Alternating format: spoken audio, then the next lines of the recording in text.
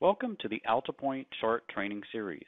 My name is Dwayne Prejean, and today we're going to talk about what happens when Medicare is secondary for your patient.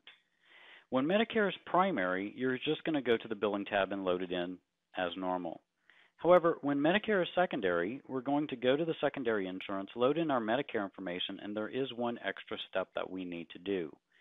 You can find out this information directly from interviewing your patient as to why, for them, is Medicare not their primary insurance. Once you have that information, you can select it here on the patient's master file. From there, any new bill that you create, that information will replicate onto that bill and be there for you. In this example, I'm going to create a new bill.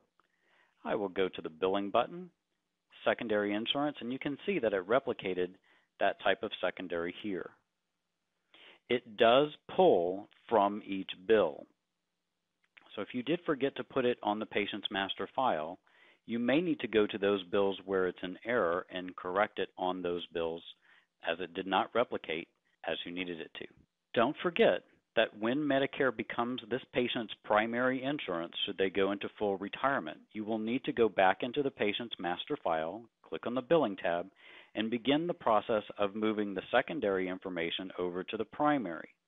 Once the secondary information is not Medicare, then and only then will you go back up and select it as nothing.